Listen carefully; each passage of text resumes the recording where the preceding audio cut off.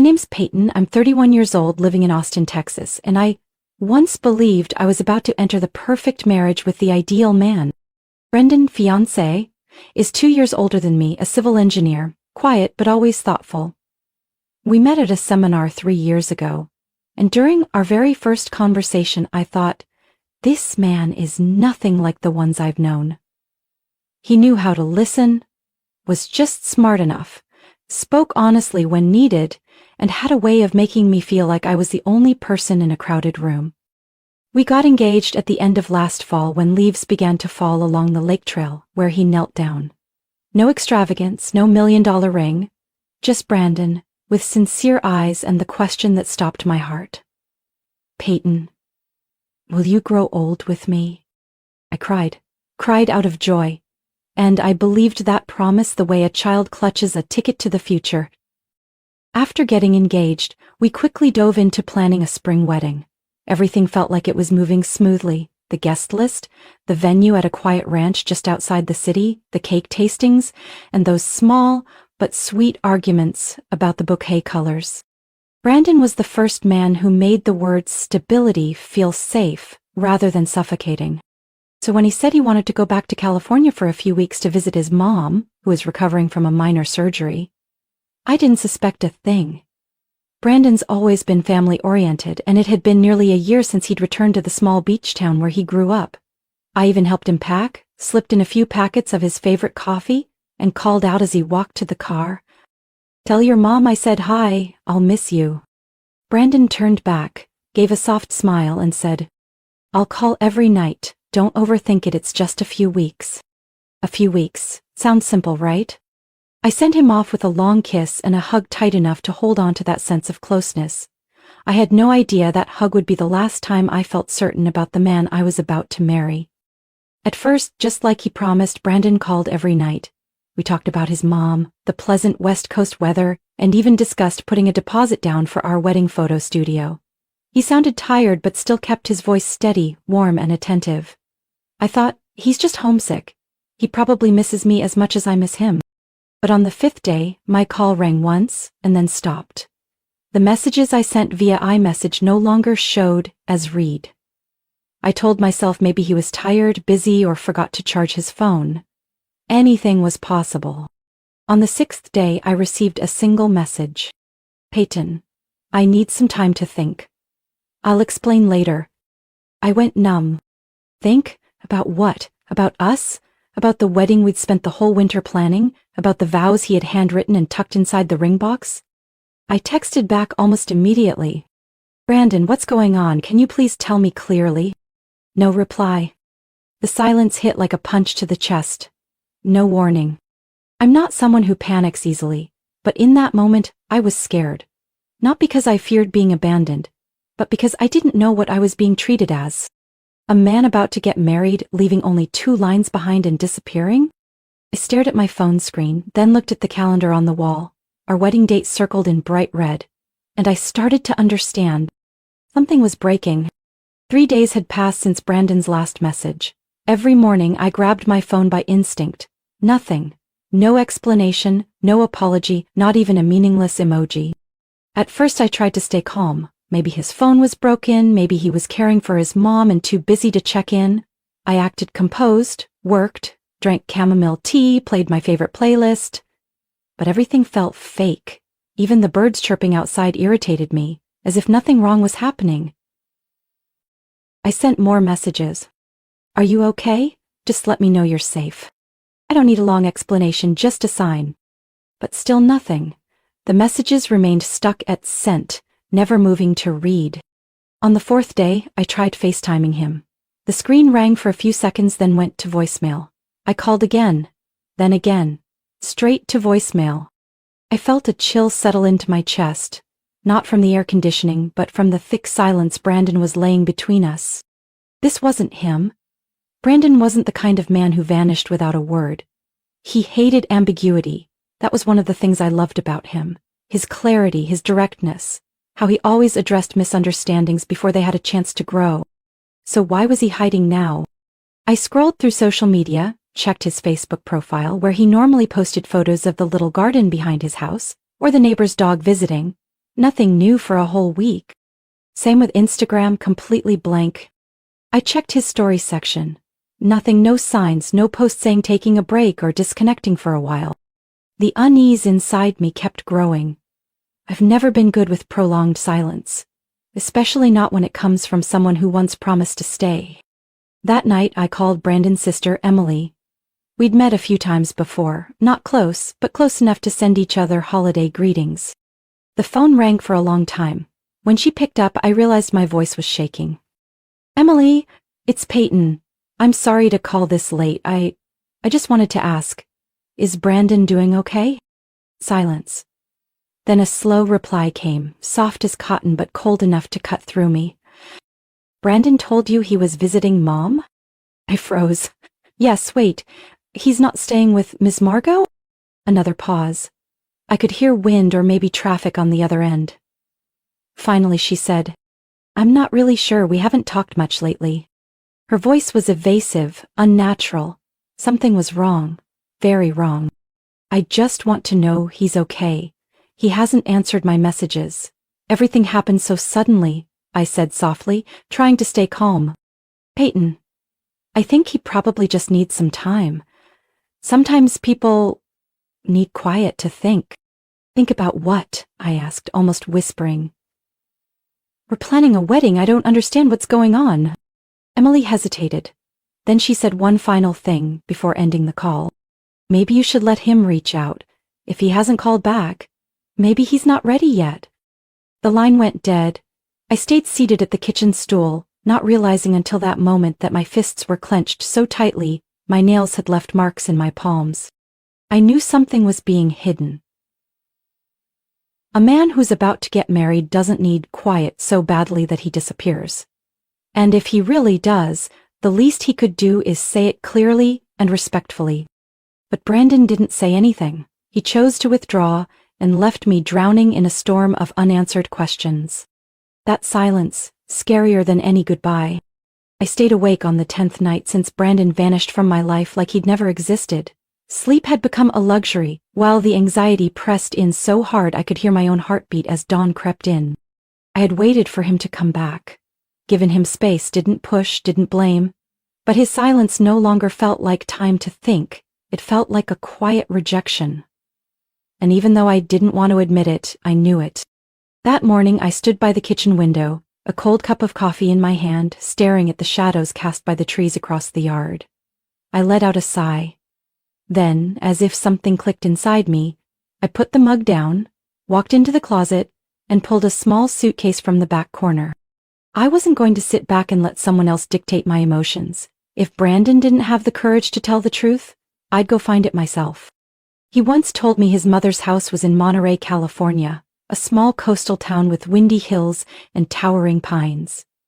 I'd seen photos of it on his phone, a white lighthouse, a tiny roadside bakery, and a dirt path leading to the lavender farm he loved. The drive took nearly 6 hours through the winding roads of Central California. I barely stopped, just once to get gas and grab a bottle of water. In my head, 100 scenarios played out. Maybe he really was caring for his mom. Maybe he was going through something painful he couldn't explain, but deep down I feared I already knew. I just hadn't faced it yet. When I pulled up in front of the white house with weathered roof tiles, the one Brandon said he grew up in, my heart pounded so hard I couldn't breathe. I sat still in the car for nearly 5 minutes, trying to collect myself. Then I walked up and gently knocked on the wooden door, its paint peeling with age. The door opened after a few seconds. And there he was, Brandon, standing in front of me. He wore a gray t-shirt and simple shorts, his hair slightly tousled, his eyes wide like he'd just seen a ghost in broad daylight. Peyton? He stammered. What are you doing here? I kept my voice steady. I think you owe me an explanation. Brandon hesitated, then stepped back and opened the door wider. Come in. The house was humble, cozy. The faint smell of cookies hung in the air, and somehow that hit me harder than anything else.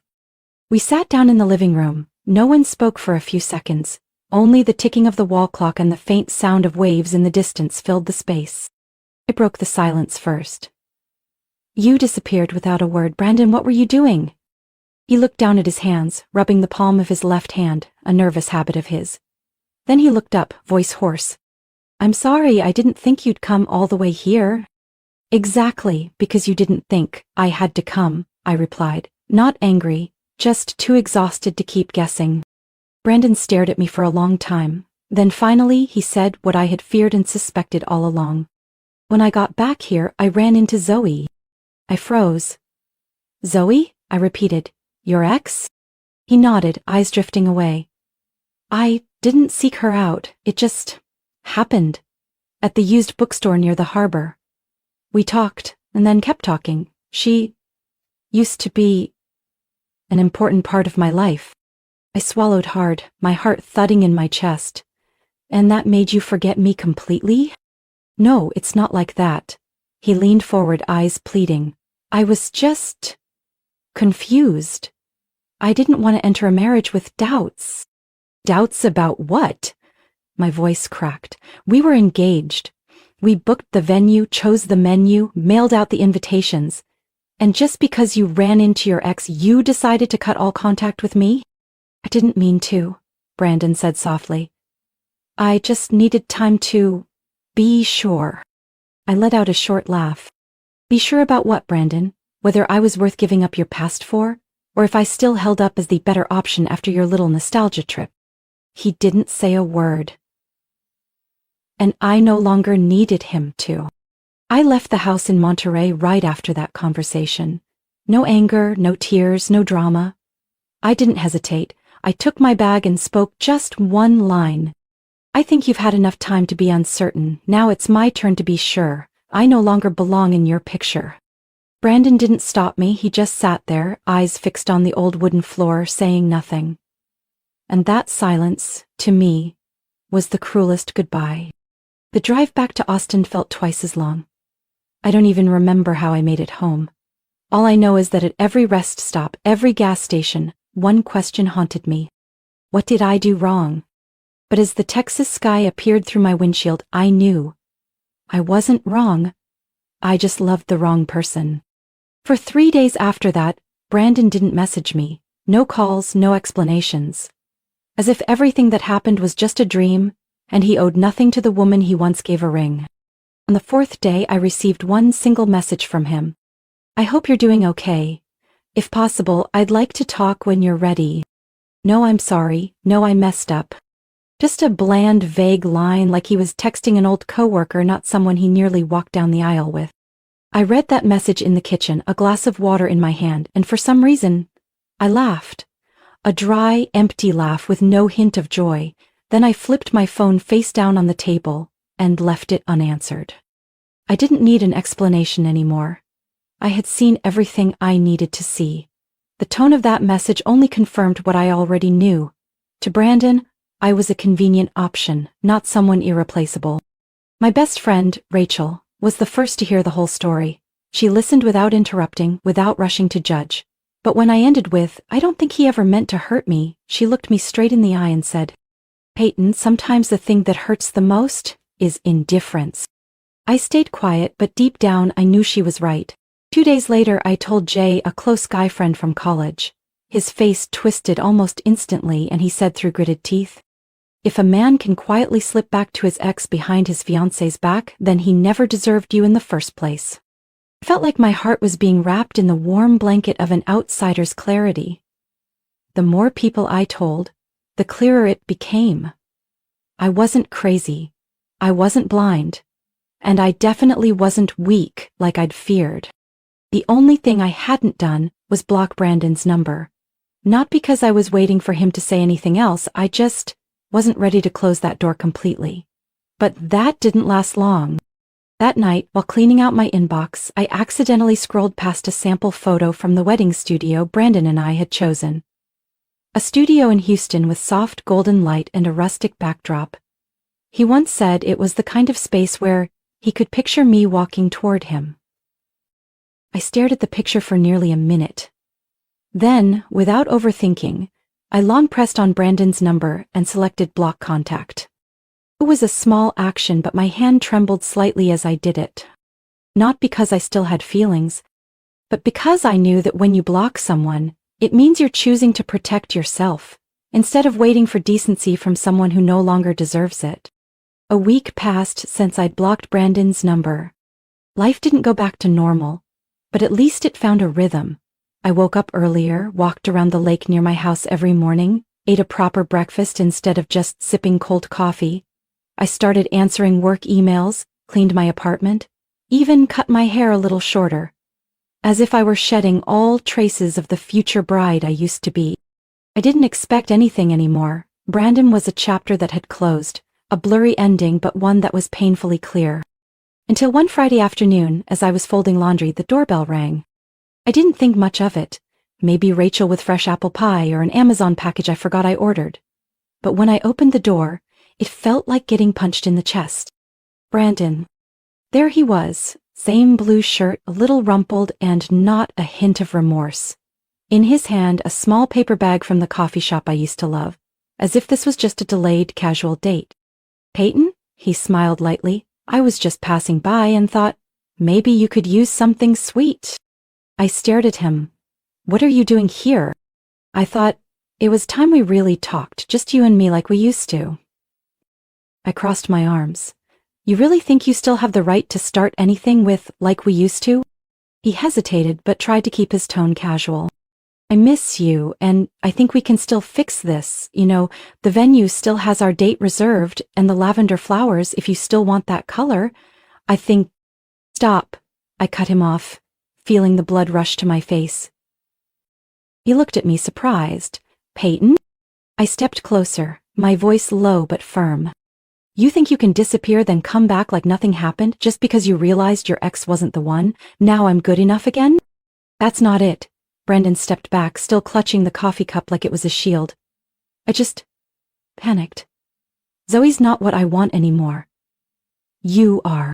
I looked down at his hand. The engagement ring was still there. On his ring finger. I pointed at it. Take it off. What? The ring. Take it off. It doesn't belong to you anymore. Brandon froze, his eyes darting. But then he slowly slipped the ring off and placed it on the small table by the door. His hand trembled slightly, but I didn't care. I picked up the ring, stared at it for a long time, as if I were looking at a shadow that had lost its shape, then set it back down. Strangely calm. You said I was what you needed, I said slowly, but you never asked if I still needed you. Peyton, I'm sorry. No, you're not sorry for what you did. You're just sorry it didn't work out. His eyes widened. You don't understand? Oh, I understand, I said coldly. You wanted to make sure I was still here after you tested your past, but I'm no longer the girl who'll wait for you. Brandon bit his lip, panic starting to flicker in his eyes. You can't be serious. I've never been more serious. He looked around like he was searching for something that still remained between us, but there was nothing. Just a clean, quiet, resolute apartment. A place that used to be a home, now just a shelter for someone who realized she deserved more. Peyton, please, I can fix this. I opened the door and stepped aside. You had your chance. You chose to run. And now I choose to move forward. Alone. Brandon lingered for a few more seconds, like he couldn't believe this was really happening. But I didn't budge. In the end, he turned around and walked out without another word. When the door closed, I didn't sigh. I didn't shake. I just picked up the coffee he brought, opened the lid, poured it down the sink, and tossed the cup in the trash. Like discarding a sweet illusion long past its expiration date. 3 days after Brandon walked out of my apartment with his half-hearted apology and returned ring, I began letting myself breathe again. Not deeply, not fully, but enough to survive each morning without collapsing over a name. Saturday afternoon, Mia, one of Brandon's former co-workers and someone who'd joined our group hangouts more than once, sent a message checking in. It was short. I heard what happened. Don't know all the details, but if you need someone to talk to, I'm free this afternoon. I stared at the message for a while. Mia had always been kind, not the type to pick sides. And most importantly, she had witnessed the whole arc of my relationship with Brandon. No judgment, no prying, just presence. So I said yes. We met at a small cafe in downtown Austin. I wore no makeup, just a white t-shirt and jeans, walking in with a lighter heart than I expected. Mia was thoughtful. She didn't ask too many questions, just shared a few work stories and mentioned the times Brandon made a fool of himself during meetings. We laughed. Slightly awkward, but genuine. There was nothing flirty, nothing inappropriate. Just a conversation between two adults, one of whom had been left in the middle of a wedding that never happened. I don't know how, but Brandon found out in less than 24 hours. Sunday evening, I was folding clothes in my bedroom when a loud knock shook the front door. My heart jumped. I opened it and Brandon barged in before I could even ask what was going on. No greeting, no explanation, he just stormed into the living room like a whirlwind. Seriously, Peyton? You went out for coffee with Mia? I couldn't move, stunned by what I'd just heard. She texted to check in. We just talked. She's one of my closest friends. Brandon's voice was rising. And you know that. I crossed my arms. So, I'm not allowed to speak to anyone who knows you? I didn't sign a post-engagement no-contact clause. He threw his car keys on the table with a loud smack. You know damn well she used to have feelings for me. You did it on purpose, didn't you? I laughed for the first time, seeing the truth I used to ignore. Brandon, if I had really done it on purpose, Mia would be in my bedroom right now, not sipping cappuccino in broad daylight.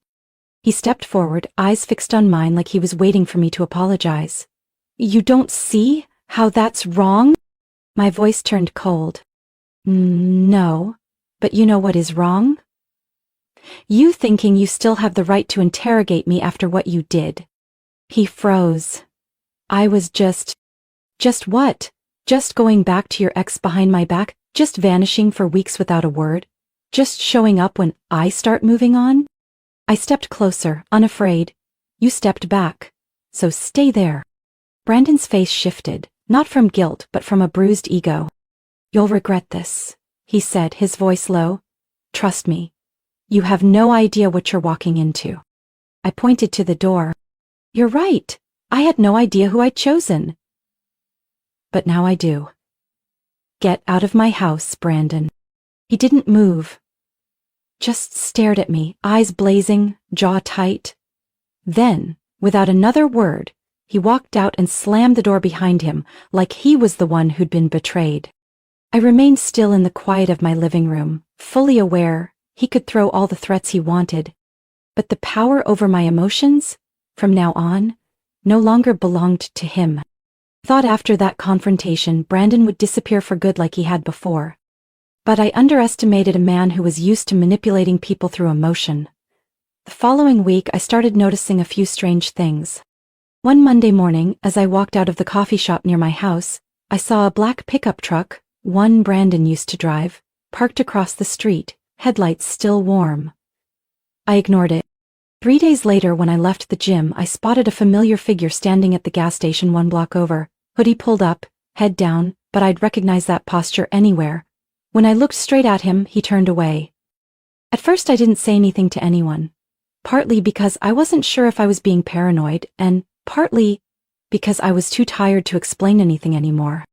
But by the 4th time, when I walked out of the grocery store and saw him standing at the far corner of the parking lot, pretending to scroll through his phone, I knew this wasn't a coincidence. That night, I sent him one message. Brandon, I know you're following me. This is your first and only warning. Do not cross the line again. No reply. But the next day, the pickup truck was gone. No one showed up near my home again. No shadow behind the trees across from my bedroom window when I closed the curtains at night.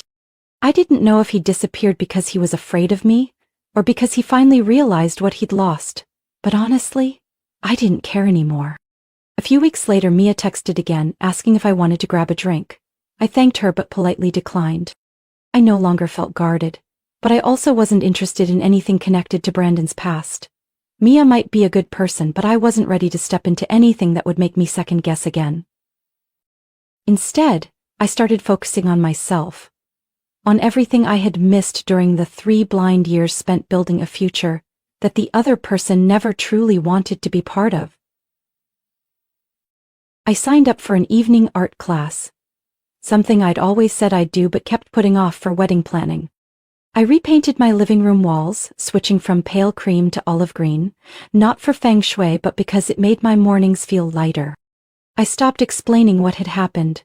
No more dodging with coworkers, no more lowering my head when someone asked why the wedding didn't happen. I simply said, I chose myself. And I truly meant it. Not because I was completely strong, not because I wasn't still sad, but because I no longer let that sadness lead the way. Brandon had once been a dream, a beautiful vision I helped build with all my heart, but a dream without trust is just an illusion. And I had woken up. That day, sitting by the window as the sunlight angled through the glass, I felt weightless. Not because everything was okay again, but because I knew I was no longer anyone's second choice. Peyton's story isn't just about a broken engagement. It's about the awakening of a woman who finally saw her own worth. In real life, many people have unknowingly played the role of someone's backup plan. But like Peyton, we have the right to say, enough. We have the right to walk away when we're not being respected. Because real love doesn't come from those who hesitate. It comes from those who offer respect, clarity, and sincerity. Everyone deserves to be a priority, not an afterthought. What do you think about Peyton's decision? Should she have forgiven him, or was walking away the right call? Share your thoughts in the comments. And don't forget to follow the channel for more powerful, real-life family stories in upcoming videos.